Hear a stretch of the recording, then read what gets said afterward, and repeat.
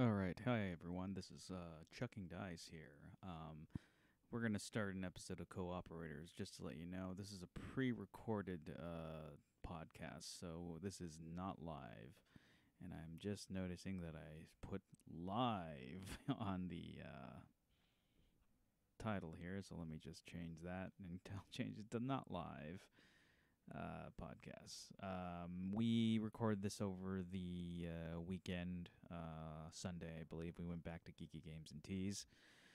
So just to inform you of that, if you want to chat it up, the chat's always open, and I will be moderating. But let me send you in with some music.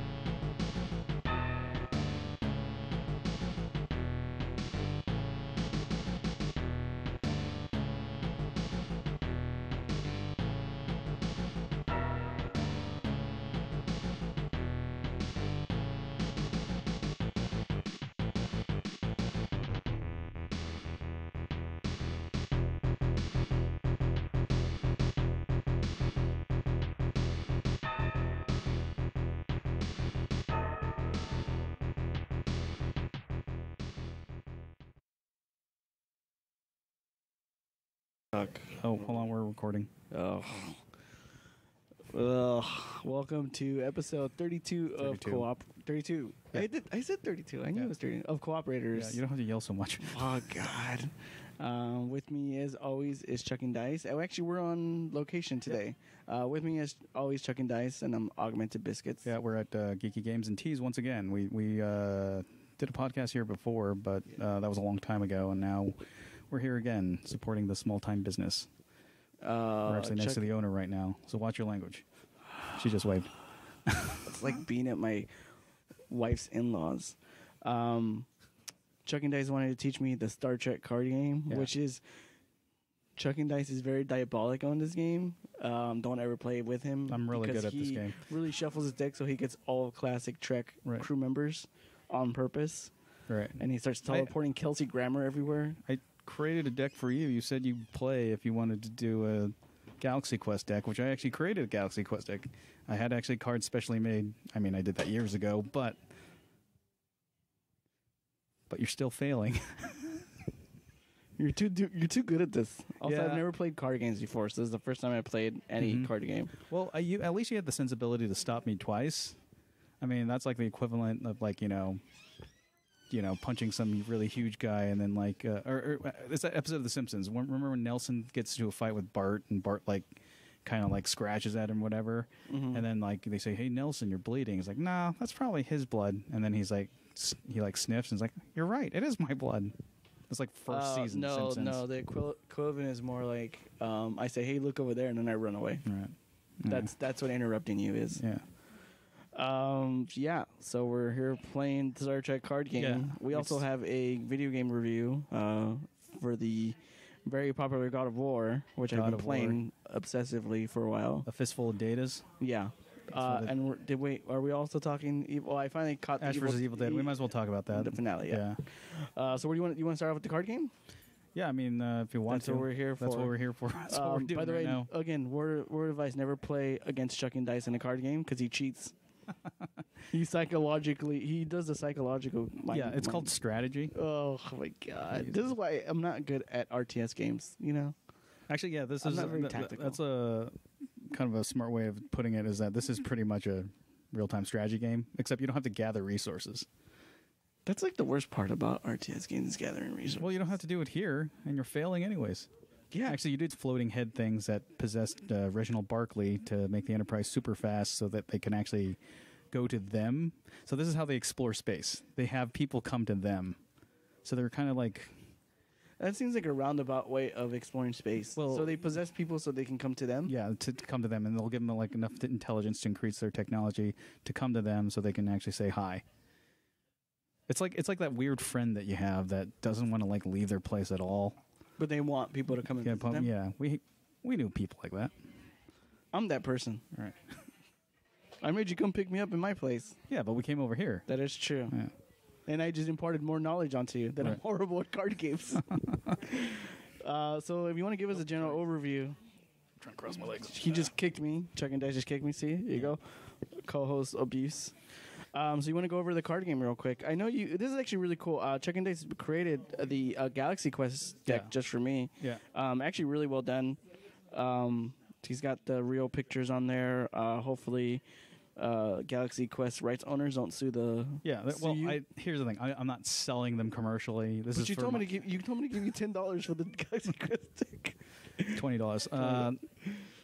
The price just went up.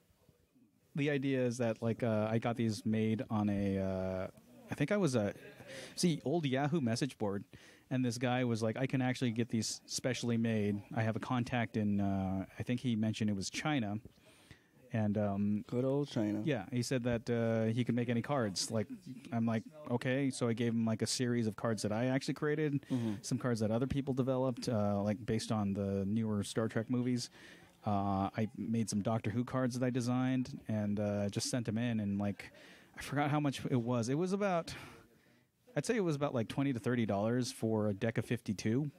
That doesn't, especially customizable images. Yeah. That doesn't sound a lot to me. No, it wasn't. That's why I liked it so much. And he's like, yeah, we'll do it. He says, I'll do it for, like $20 to $30. The only complaint I have about your Yeah. Galaxy Quest, they're a little, they look a little unfocused. What do you mean? Like the text. Oh is a yeah. little, Well, the thing is that like the DPI, I couldn't get it out correctly. So Okay. it should have been at like 300 DPI, but I think that's at only like 72 or 100. So yeah, they're not going to look as good as the original cards. Like if you can kind of tell which ones are the dream cards and which ones are the actual. also, your images have watermarks all over them. Where? No, I'm just joking. Because they're not. Because I got them actually from the images of movies. Do you think it's possible to do that now if you had like a better printer? Like if you had a printer? I think or- it's possible to do now because there's actually sites out there where you actually can design your own cards if you want to design your own card game. But like if a person's smart enough and skilled enough to use Photoshop, they actually can do it on their own. They just have to make sure they kind of put in the set limitations of whatever game to play. Like there's actually sites that actually will create a game for you, like game pieces and stuff like that. So if you find like the right size of card, you can actually probably create your own. The thing is that it's going to cost way more. Because if you're not doing it in bulk, it's gonna if you're just doing one set, that's probably gonna cost upwards maybe $50 to $75. how are they with licensed material? Like, are you trying to? I don't think they care. As long as you're not making. Yeah, money. as long as you're not making money on it. Obviously, if you kind of create one that's in bulk and like you're just like, okay, I just need a like you're saying like 100 units. I want 100 units of Yeah. Galaxy Quest. You're like, It's like, please don't sell this. 'cause we're Yeah, gonna get are you sued. selling this or whatever? It's like, but like, they're probably gonna be a little suspect. Oh, yeah, personal use. I'm not sure if this is like personal use. If you're Maybe you ordering have 100 100 friends. Maybe you have 100 friends who. You could. But I feel that you can do that, and I don't think anyone would actually mind because what business is that of theirs or whatever. But like because like people ask me all the time. I run actually a Facebook page for Star Trek customizable card game, the first edition, not the second one. And like what I'll do is I'll just put a bunch of cards up that I created. I think the last time I did it, I put the monkeys from like the '60s show because they're kind of in the same era as the original Star Trek. So I put a bunch of cards Do they based have on that musical show. powers? They do actually. I actually created a card based on the episode that Frank Zappa appeared on. But people were asking me, "Oh, like, can you print these cards out for me?" I'm like, "No." You're like, no. It's like I don't have a freaking card printer. I was like, I don't even know who the heck you are, and I don't have a printer, and I don't have like card stock that can actually duplicate the same kind of flavor. I think that's the hardest thing is that because this is such an old game that I don't think the card stock is the same as like modern day cards. So you might actually, if you do get it printed, they'll be slightly different. in terms of like material. Now, you were showing me how to play this card game. Yeah. And I will say, for someone who's never played a card game, I hate it. No. It's actually pretty fun. The thing is, I am not good at... this is why I was never good at chess. Yeah. I kind of just barreled through it. But now that I got the gist of it and kind of what I'm looking at, I think the next time I'd play... I would be a lot more. I'd make better decisions, as you would say. Like, you're making horrible decisions. I would make better decisions. Also, this doesn't seem as. At first, you were explaining it. It seemed very dense and somewhat complicated. But I think but when you get into like the sort of imagination of the game, then you kind of get it. I think what also helps is you're not the type of person who likes to account you're not an accountant who is trying to. Well, It's almost similar to when we were talking about D&D. Yeah, you're not somebody who's gonna put rules and number stats and things like that. And I wasn't also gonna throw you to the wolves. I like actually pointed out. So you did because you're beating me right now. Well, I'm beating you now, but there was this dilemma. So the basic gist of the game is you go to missions, you get past dilemmas, and then you solve a mission. So Augmented Biscuits encountered a dilemma that was basically a Romulan drill, the one from Star Trek 2009, and he needed to destroy that, or it would have destroyed his mission, his outpost, and like anyone who was on that planet. Mm-hmm. So I just kind of conveniently pointed out to him, well, if you play Captain Sulu on the USS Excelsior, he can increase the weapons to yada yada. It's all that nerd talk that you get into, and then you can use that to destroy the drill. That's true. And I did destroy the drill. Yeah. I destroyed it so bad. Yeah. But I got away. But yeah, the one I think you were pleasantly surprised that I kept stopping you. Yeah, that's the thing is, like, I think when I play this game with people, their thing is to stock one single ship with 20,000 people, so then they can go down the space line and solve each mission, which works. But like while they're doing that, I'm spreading my resources everywhere and solving missions at the same time, and then I'll probably get done like halfway when they're stocking. One of my friends had this weird habit of like moving his entire group in a basically armada, like an armada, yeah, which is fine if you're trying to kill the other guy just through space combat. But how in the middle to kind of like do interference, like go back and forth and like feed them crew members or any kind of equipment that a certain ship needs. But yeah, people will tend to like stock one ship with a bunch of people, and yeah, that makes sense. But you don't have the time to do that. I also made the horrible decision putting my outpost at the end of one timeline, so it made me traveling to other missions that much more difficult. Yeah, so like it's basically a timeline that just kind of extends, to the left and right. I'm actually glad we didn't do the 12. Space line, I should say. I'm actually glad we didn't do the 12 cards. The 12 cards. See, here's the thing. Like with 8, like I always kind of like. So the original game uses 12 cards, a 12-card long space line, and that takes up a huge amount of the table. If you do, I think we did 8, that'll be a lot faster. In fact, I made a lot of rules to make this game go a lot faster. Some people love playing with the original rules, and like more power to them. It's just really hard to get other players to play it when you have all these like very strict rules. Like if you wanted to, normally this doesn't happen because we're both playing Federation decks. Federation people can't attack each other. But I always throw that out the window. I was like, if you want to attack me, go ahead. What if I'm on a Federation from the Mirror Universe, but you don't know that, and then I start attacking you? Right. Well, you do have like that evil Sulu. I do have evil. Yeah, Sulu. Why does Mirror Sulu have a scar on his face? I don't know.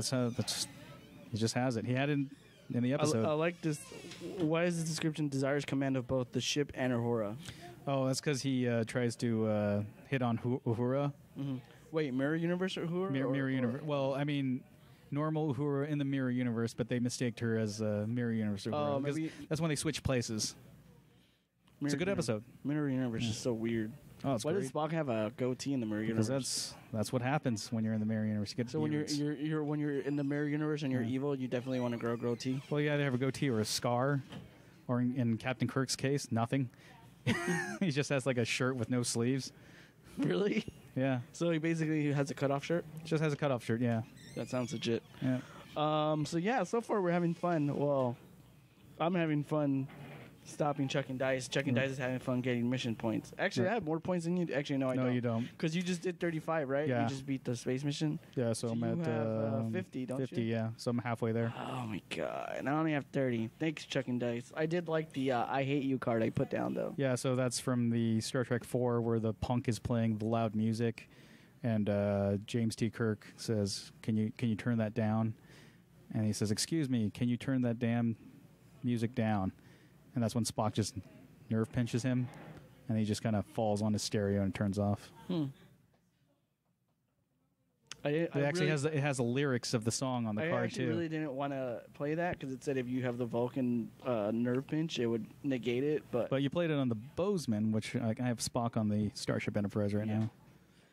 Which I don't actually. I will tell you right now, I don't have Vulcan nerve pinch on my. So deck. that's an actual ability card. It's not an inherent move that one of your guys has. Gotcha.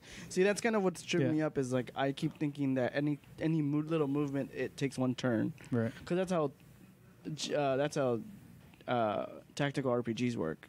Right, and but like in this sense, it's more of like.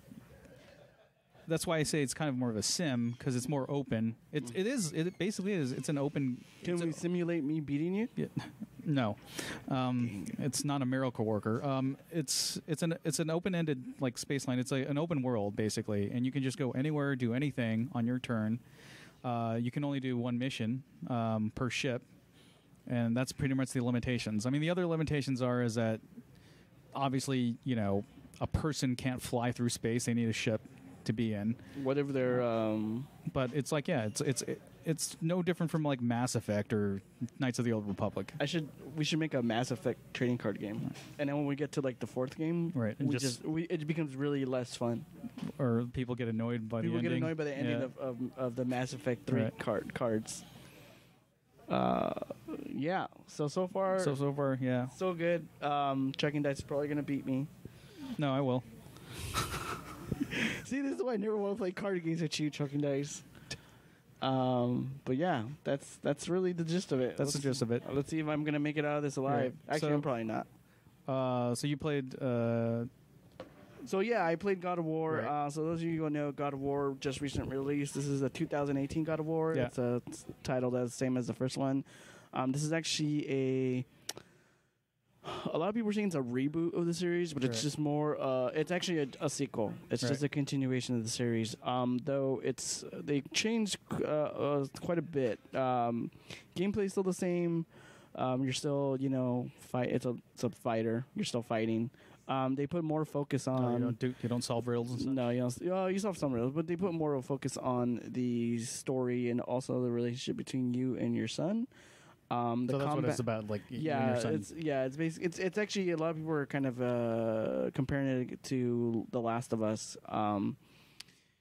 So far, I'm having a really good time with it. I will say that the best thing about this game, though, is the story. Really, the relationship between you and your son.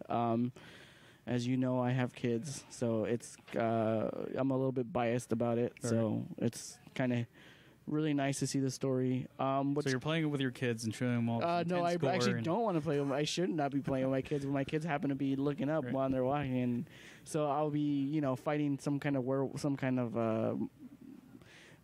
Norse mythological monster, and they're watching me tear this thing apart, which is not good. Definitely do not play this in front of your kids because it's very violent. But it's actually really nice story, nice relationship with your kid. This game is actually different because it takes place in Midgar. So it's all focusing on the Norse mythology. I've watched Thor and read the comic books. Yeah, I know what Midgard is. They actually make all the Norse gods kind of really, really just mean in this one. Right. Completely different from the MCU. Like Thor and some. They're pretty mean in the MCU. They are. They're pretty full of themselves, except for, I guess, Thor. No, well, Thor was full of himself in the first one, but he wasn't in the second and third movie. He actually kind of got over him. Right. Well, I like that. That's why I guess the third one. They're not the Chris Hemsworth. This is not the Chris Hemsworth Thor. This is actually like yeah. No, you don't want to meet this guy. So that's the difference of the Norse mythology. I will say that this game, The combat, I think it's a bit better. It's slower. It's a little more tactical. It's not as button mashy. You do get a few different weapons. I actually think my favorite is going barehand and fighting with your fist and the shield. There's a lot of customization in this. It's actually completely different. It's not you're just collecting orbs and then leveling up your equipment. You're actually collecting materials and experience points to get more skills. You're using the materials to upgrade your equipment. There's a lot of variety in it. There's a lot to do in this game. It's a very, very big game. It's also a very long game. Are you finished with it, or are you? I'm not finished with it. I actually might. I think I might either be 2/3 of the way through. I 2/3 of the way through, and this game is difficult. I actually bumped this down to easy difficulty because I really just wanted to get through the story and just kind of see what's going on. Also, I was having a really hard time with the combat. Like, oh, yeah? It's difficult. It's not insanely difficult like a Dark Souls game, but it's challenging.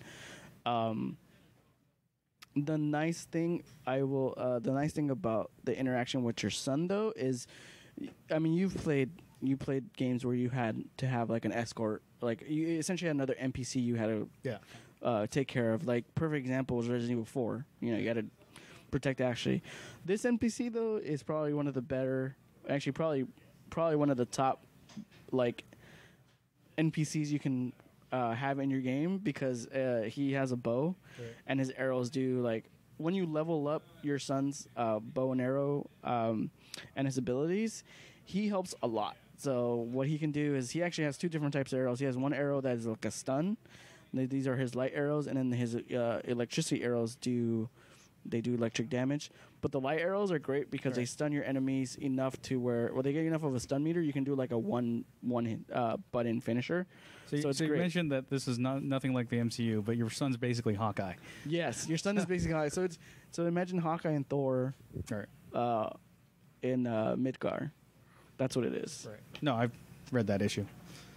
Is it any good? It's all right.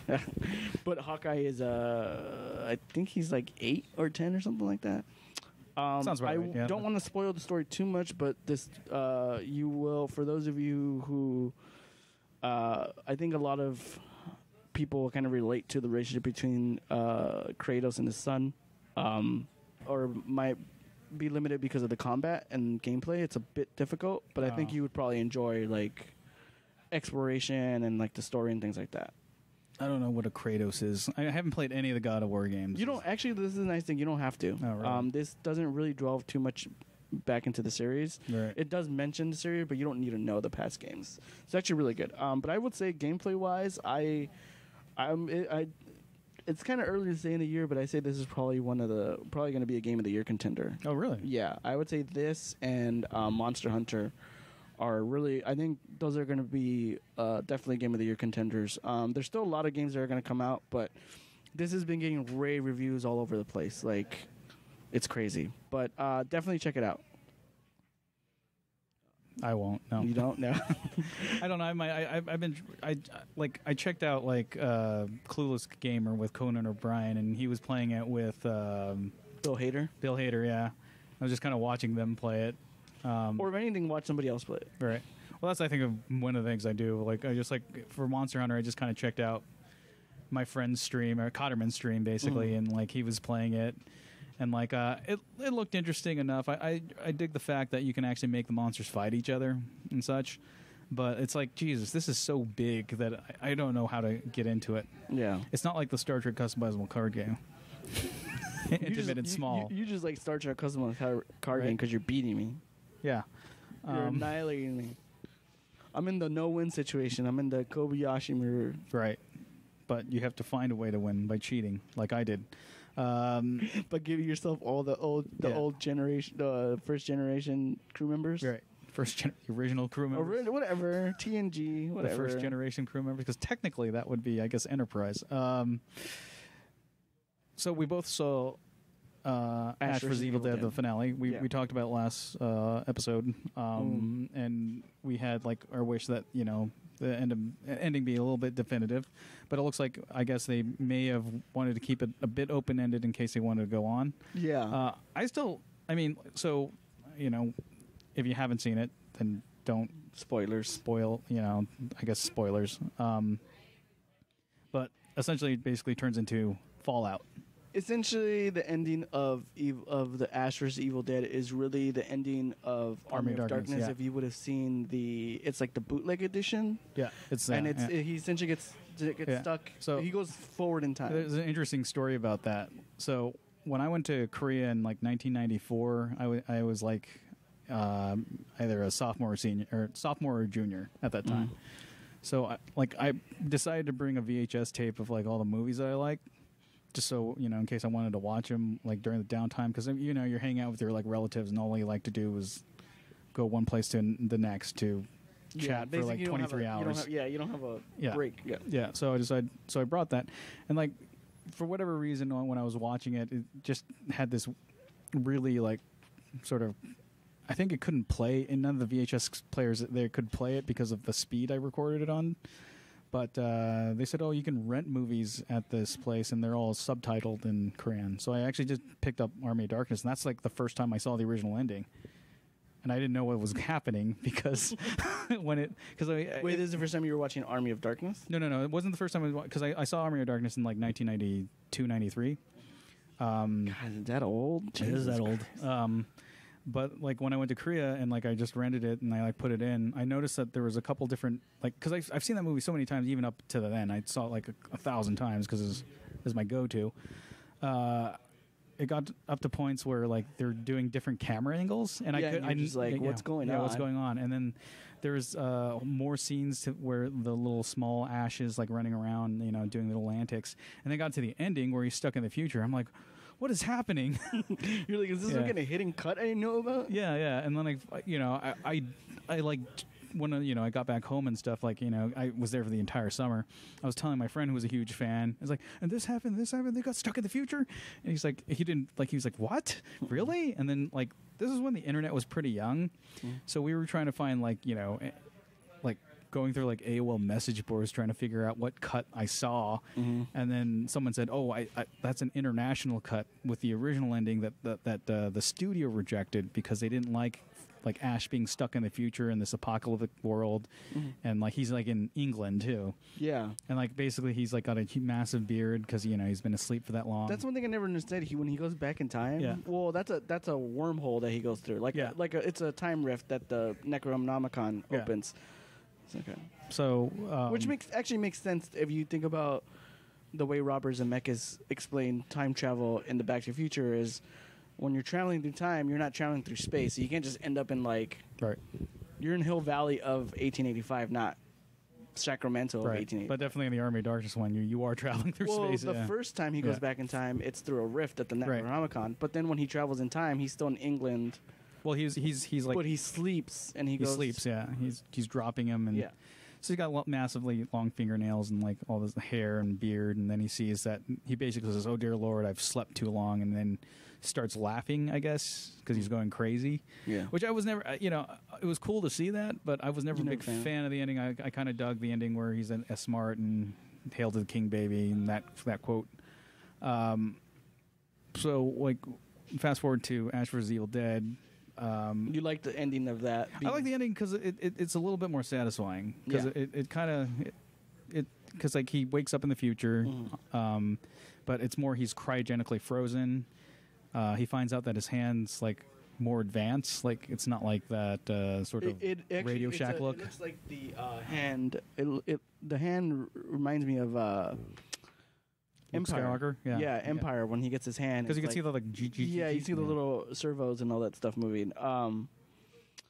We were talking about this. I actually enjoyed. I thought the ending was good. Right. Here's the thing. I didn't totally love the ending, but I think the reason why I didn't totally love the ending is because I guess I was hoping there'd be somewhat of a definitive ending, especially since he's announced he's retiring from it, and I doubt we're going to see any more Evil Dead at all. But I also understand that any ending they would have had would have been really, really like divisive. Yeah, I mean, like the only thing that everyone was like theorizing, he's going to die, which I think is like to me, it's a cop out. That's a cop out. Yeah, that's a pointless ending. Yeah.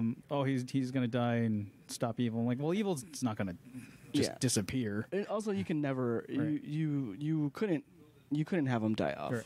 Well, I kind of saw it as this: is that instead of like being a movie a show that just kind of left you hanging to kind of like think of like what might happen to him next. I always saw it as that basically Ash is just going to do this for the rest of his life. He's going to like beat evil, go to sleep somewhere or get transported somewhere and always come back when evil kind of props its head up.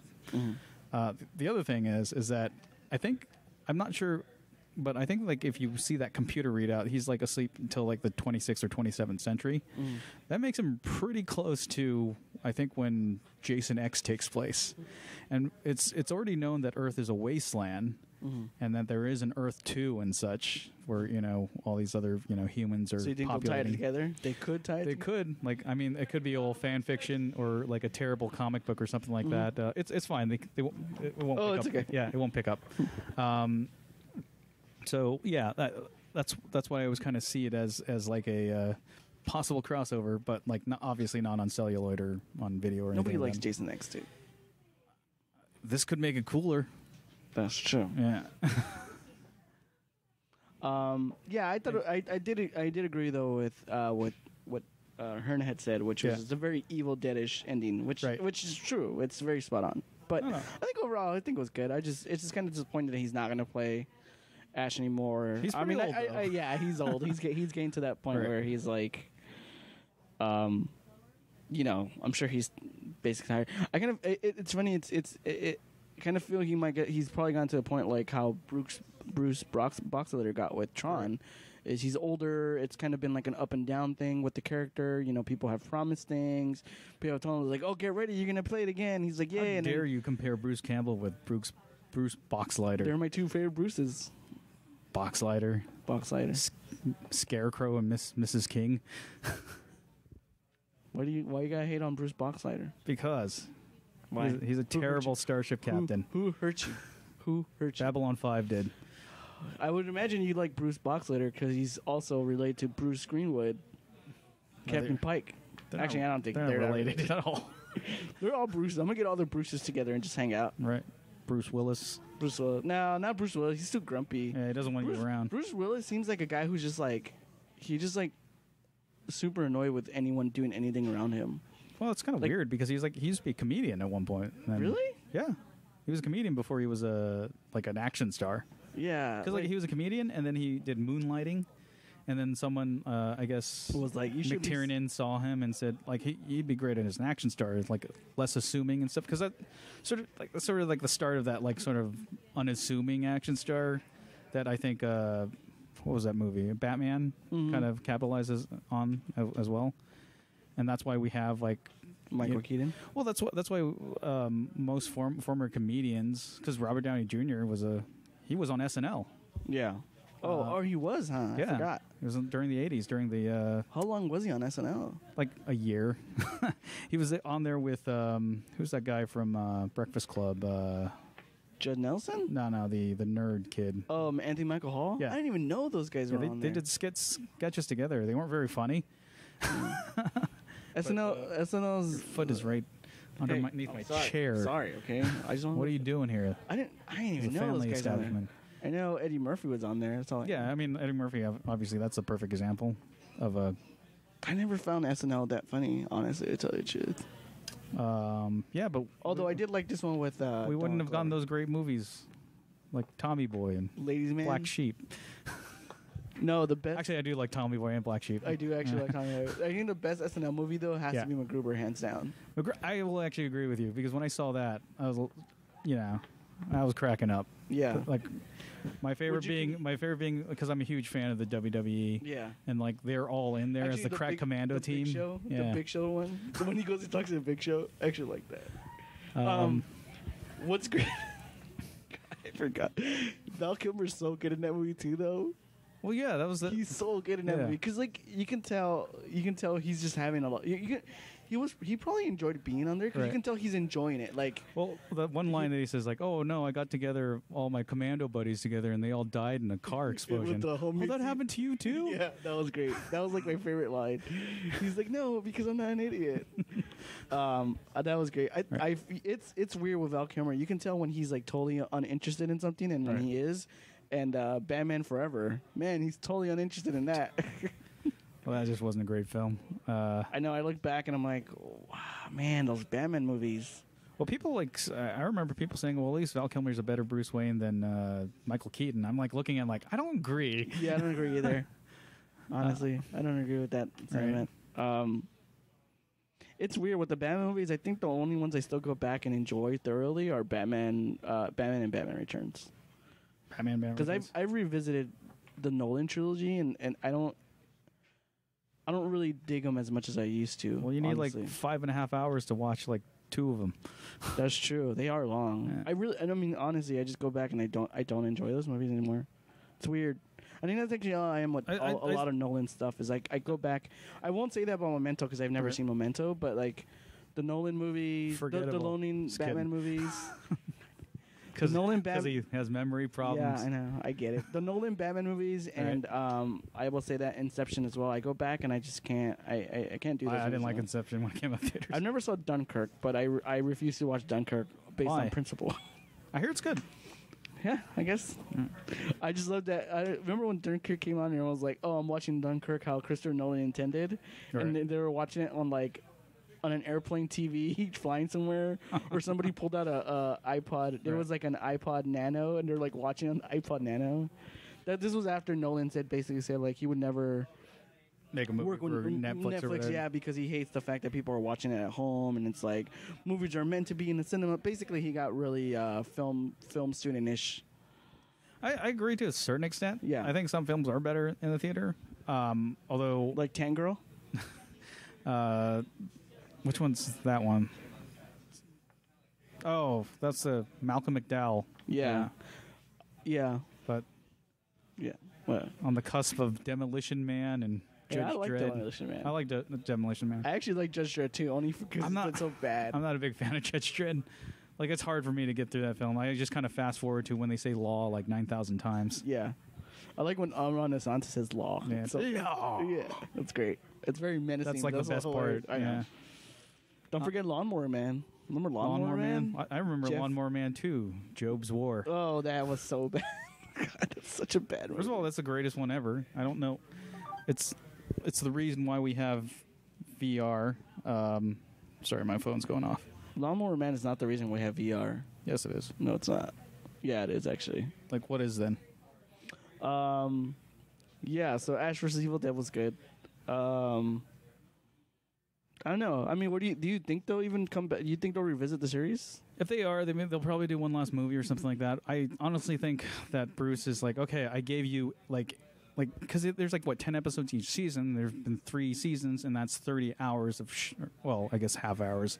That's like 8 movies. Yeah. And I think at this point, like I was actually content with Army of Darkness. I didn't need anything beyond Army of Darkness. I was content with even just the first season of Ash vs. Evil Dead, honestly. Well, it kind of ends with like a weird cliffhanger. Or no, season 2. I'd say season 2, up to season 2, because that actually had an ending as well. Yeah. But they thought they were going to get canceled, right? They thought season 2 was going to be the last season, right? Yeah, I think that's what they thought. And they was like, oh, we can do one more season. And this one like is more definitive because like Ruby is like, you know, as far as we know, dead. She was defeated. I love that scene when she got killed, and like Ash is in the background, like Ruby, too bad. Like he's being also like sarcastic about it. But I think we were fortunate enough to get 3 seasons, like because I was very surprised that it even reached to that point. I myself probably would have been satisfied with 4 seasons because that's 40 episodes. I thought they were I actually thought they were going to move. They were going to kind of maybe pass on the torch to his daughter.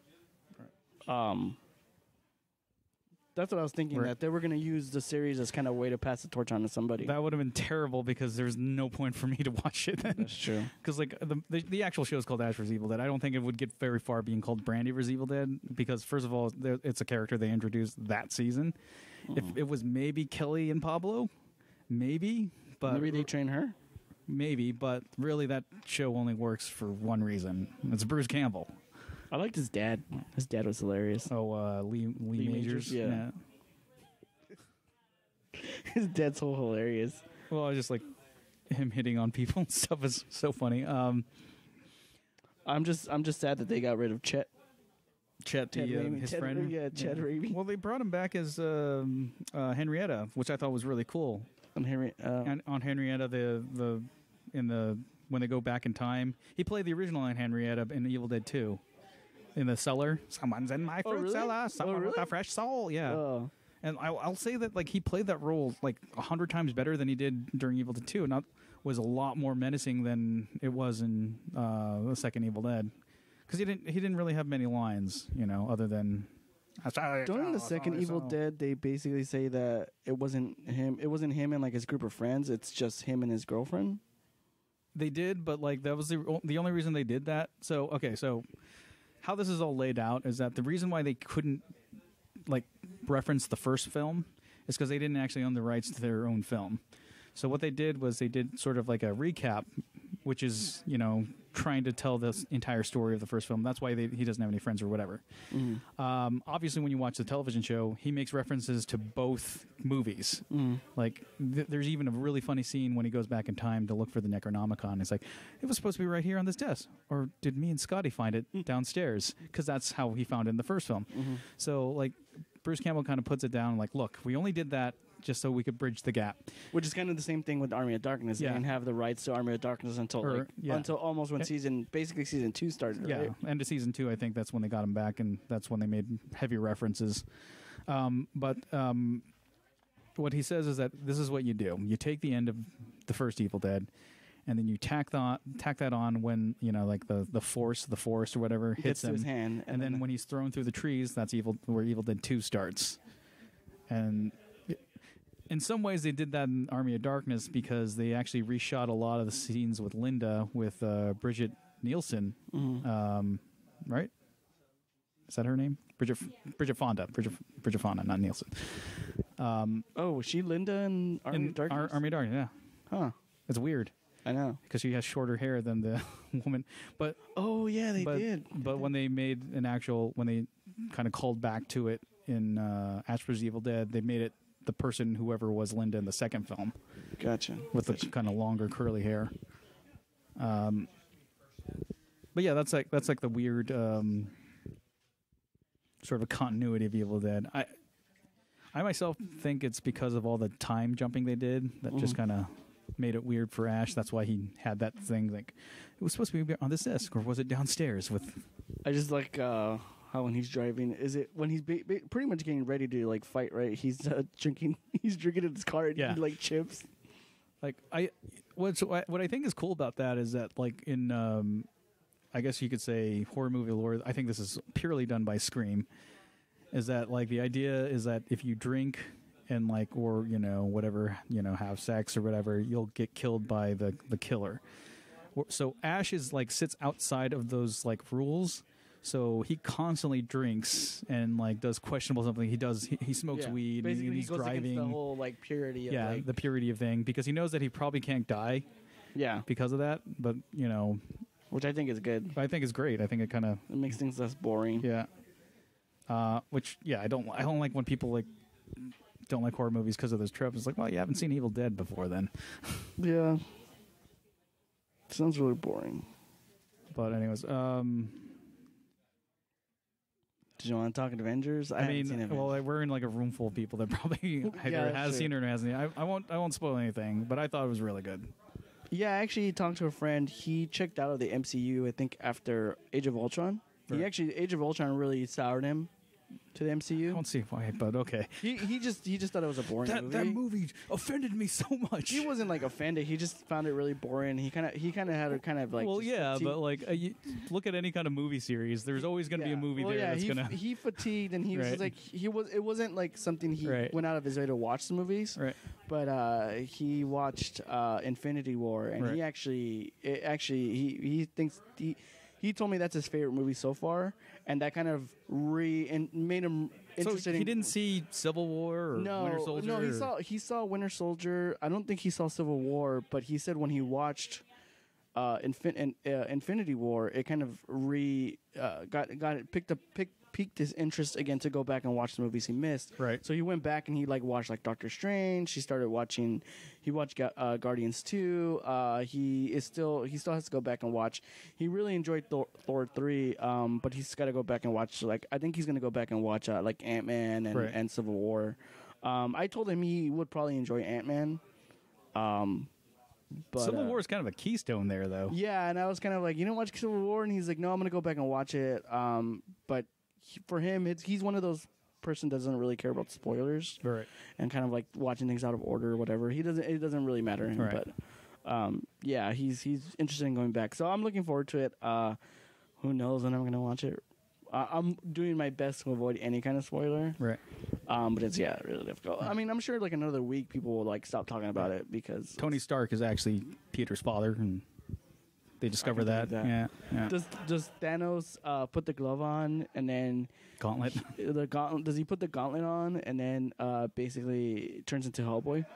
Because he looks like Hellboy with the gauntlet on. He turns it on, and then someone hits him with a proton cannon. One of the gems fly out, and they take the gem. You're just talking about the video game, Marvel superheroes. Or the gems. That game was good. Yeah. Okay, I don't care which one. The one on SNES or the whichever one, the fighting game, and even the fighting one is the SNES one is weird because it's it's basically Final Fight. Yeah, but it's still fun. It's still fun, but it's really hard. Suck at it. Spider-Man was cool in it. Yeah, he was pretty cool. Really cool. Yeah. I think they should just made a movie out of that. The they did. Game. Did they? I mean, you got to go watch it. I got to go watch it. I don't know. Who knows? But I will guarantee you're going to watch it and oh, they did. That was my favorite thing they did when Civil War came out. They did that mashup of the Marvel vs. Capcom sound effects with the Captain America and Iron Man fight, and they did all the sound effects of those characters in the game. So that was cool. But besides that, I'm looking forward to it. We'll see what happens when I actually get down to watching it. So I don't know. What do you think? Should we finish this card game out? Well, I got about 15 minutes or so. Of card game? Well, not a card game. Of chatting. Chatting of what? I thought we were going to talk about the card game. We did talk about the card game. Also, this temporal rift is that's totally unfair. Well, you have one in your deck too, so I don't think you should really knock it. All right, I'm gonna temporal rift my entire temporal rift. Temporal rift. That's a type of sushi roll. What are you talking about? I can go for a temporal rift right temporal now. Rift. Temporal rift. What would that be like? What would the rift be? Batter dip something, right? Yeah. No. Yeah. The tempura roll. Yeah. The tempura roll is just a tempura shrimp in a wrap. Yeah, made into a roll. Well, a Vegas roll is one of my favorite. What's the Vegas roll? So Vegas roll is you have. We just talk about rolls on the podcast. We can talk about sushi right now. What's the Vegas roll? It's got tuna in it. Wait, tuna or spicy tuna? They minced up. I think it's just normal tuna. I don't think it's spicy, but they also put tempura in there, and then a bunch of other stuff. I think cream cheese is one of them, which is the one part I'm indifferent with. But I could do it without cream cheese. But they'll roll it up and then they'll fry it a little bit, and then not to the point where the fish cooks completely though, because when the fish cooks completely, then it just tastes like tasteless fish. But if it's left a bit raw, then it's really good. Where do you get the Vegas roll? You can get it anywhere. They make it each place makes it different though. Some people just roll it with the tempura in the middle. Other people do the deep fry thing. I think Fuji, if you go there in downtown Burbank, they'll do it the way that I like it, and it's a big sizable roll. The one I did like too was they call it the heart attack roll or whatever. It's they put bacon in it. No, it's the I think it's they just take a roll and they put an entire jalapeno in it. Wow. And then it's spicy tuna and an entire jalapeno in it, and then they roll it, and then I wouldn't call that a heart attack roll. I would call that get out of my way. I need to go use the bathroom roll. Yeah. Well, whatever. It's good. Yeah. It's actually good. One thing I had not too long ago was garlic edamame, You've never had garlic? No, I never had. It's so great. And then there was there was a sushi place next to my last job. Yeah. And they gave us garlic edamame. And I was like, oh man, this is good. I was like, why have I never had this? Oh, so great, isn't it? Yeah, because it's just nothing but burnt garlic on it. I know. It's brilliant. That's like one thing that edamame needed that I never knew that it needed until I saw it. It's like that, and then that other thing I want to go to have is Korean barbecue, like legitimate kebab. Yeah. Well, so I mean, downtown Burbank, there's that one place. It's a ramen place actually, but right next to that's not true Korean barbecues. You're not cooking it on top of whatever. No, like I want to go to Koreatown, and you want to go to K-Town? Well, I mean, do I have to go to K-Town? You don't actually. If you go to Van Nuys, you can go to this place called Fresh Korean Barbecue. It's next to a Korean market, which I go to now because I don't like going to K-Town. Regular American markets? You hate Americans, don't you? Obviously. But their Star Trek is so cool. But like K-Town, it's crowded. It's crowded. It's a great place to go to. And yeah, if you want to go to a really good barbecue place, you can go there. But it's crowded. There's lots of people there. You're probably going to have to, for me, I will Uber and Lyft there. Do they have a train or anything that goes down there? They do. There's the Red Line should stop somewhere around Western. I don't know where in Western, but I think it does go down to K-Town. Okay. Which is another way you can do it. It's just that it's such a hassle to get down there. And even if you're driving, it's a hassle to get down there. If you didn't have to go somewhere at 4 o'clock, I say let's go to Van Nuys. Right. And if you go to Van Nuys, there is a place down there that's pretty good. There's actually two places. One I don't really care for. I mean, it's okay, but it's one of those places where we don't actually serve kimchi unless someone asks for it because people kind of tend to find the smell. It's like, are you complaining about the smell at a Korean barbecue joint? Just plant the kimchi right in the middle. That's another thing I need to give another go. It's kimchi. You don't like kimchi? Do you like sauerkraut? It's not that I don't. No, I like sauerkraut. I don't. It's not fermentation is similar. It's not that I don't like kimchi. Right. I had kimchi was soured on me. Yeah, soured. Kimchi was soured to me because when I worked at Nexon. Oh, because of the people who didn't store it properly. I remember I talked to you about this, and you said that's because they didn't store it properly. Right. And whenever they stored it, anything that you put in the fridge where they put their kimchi in, it permeated everything. So I had a gallon of milk, and it tasted like kimchi tinged milk. That's fine. They also gave me. See, how they're supposed to do is they're supposed to put in a glass jar, tighten the lid, and then put a bag around it. That's a lot. Yeah, you got to put the bag around it, dude. They also gave. And also when you put in the glass jar, you should actually line it with plastic, like Saran wrap, not Saran wrap. No, Saran wrap. Like the inside of the jar? Inside the jar, and then throw it in there, or put a plastic bag of some sort in there. To store kimchi.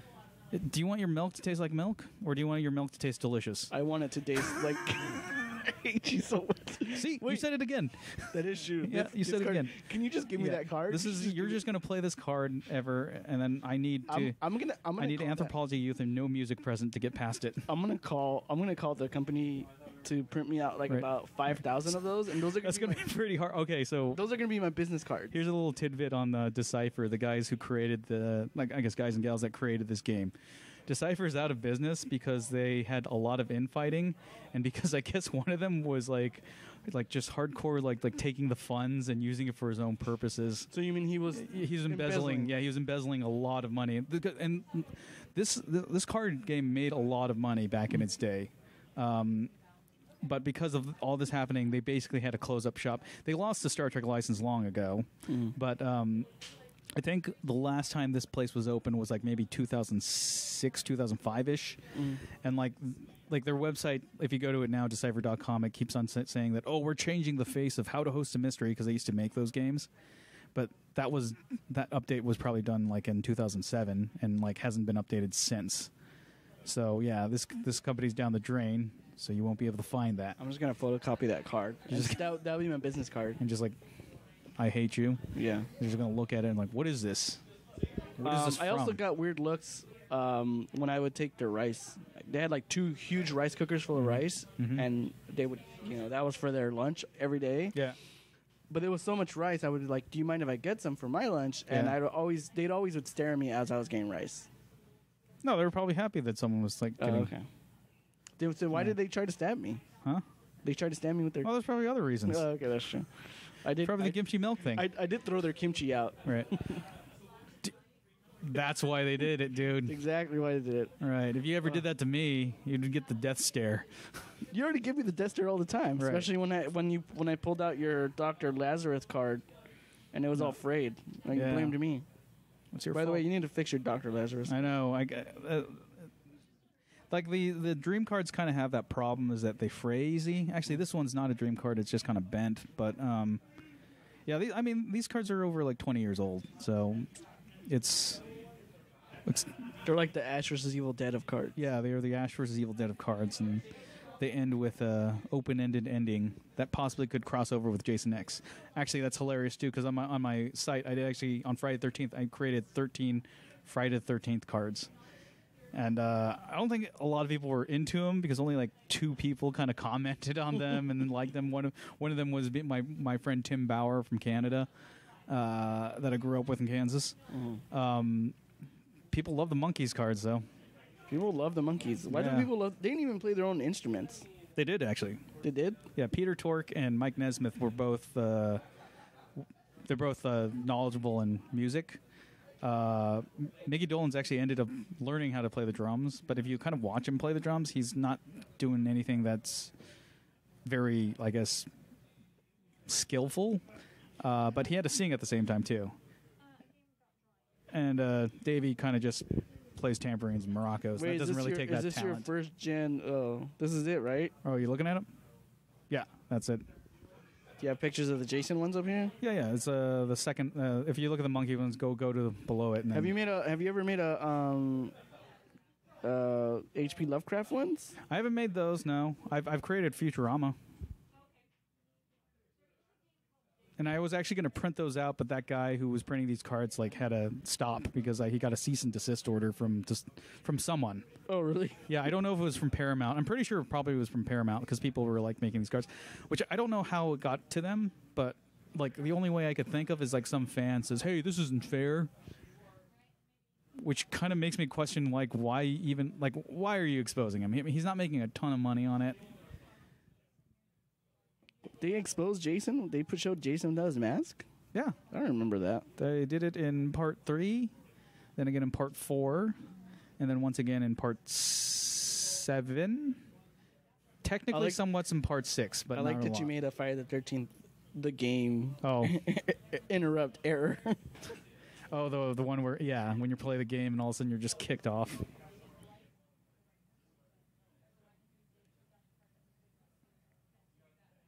Brett Taquino? What the? Who? I don't know. People just got an alert from my phone from LinkedIn, and some person wants to be my LinkedIn friend. Have you ever gotten that where you go work on your job or you update your LinkedIn, you always end up getting invites from random recruiters? I get it. I've been getting it continuously since I've opened up my LinkedIn, which is years ago. Yeah. And there's some of the people I know, which is fine. I'll just like them, and then there's these people I have no idea who they are. A lot of them are recruiters. Yeah. Oh, they are. Yeah, a lot of them are recruiters, and they want to link up with. They essentially want to look at your LinkedIn so they can either look at the companies you work for, right. or.